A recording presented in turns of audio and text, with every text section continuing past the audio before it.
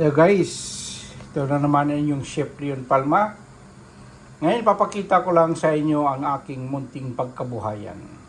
Start. Ito muna ang aking pangalan ng business. Ayan.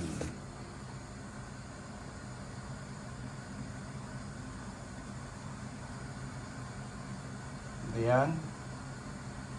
RLGCP Catering. Ayan. Ito, may pinadeliver ako ngayon. Ayan. Wrong spelling sila sa aking apelido. Ayan. Ito ang crispy pata. Ayan.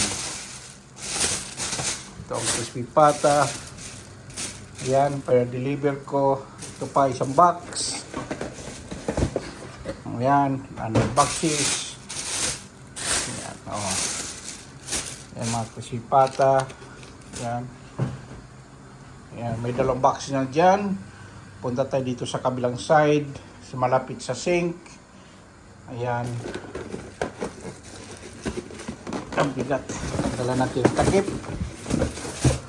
Ayan. Ayan o.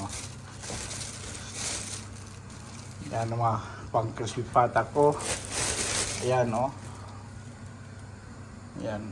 Pang pata. At mayroon din ditong ulo ng baboy. Ayan. Ayan, ulo ng baboy. Lilinisin ko pa yan. Ayan. Ating pang crispy pata. Ayan. Sa mga hindi pa nakalam, order na kayo sa crispy pata at pinakalutong. At pwedeng kurot-kurotin. Hindi mo na kailangan i-chop dahil malambot ang aking crispy pata. At wala pang itong kasing tulad. Dito sa QQ sa kasalukuyan, nag-isa pa itong crispy pata na nagbibinta na dinadayo mula Central London, Portsmouth, Bournemouth, Winchester, o sa nalalapit ng Southampton, 1 hour drive. Kaya ito ay pinupuntahan talaga nila ang aking crispy pata dinadayo.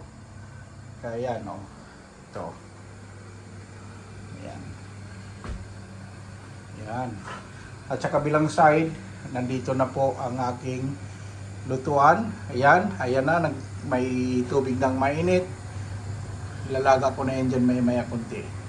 Ito yung prituhan ko. Yan.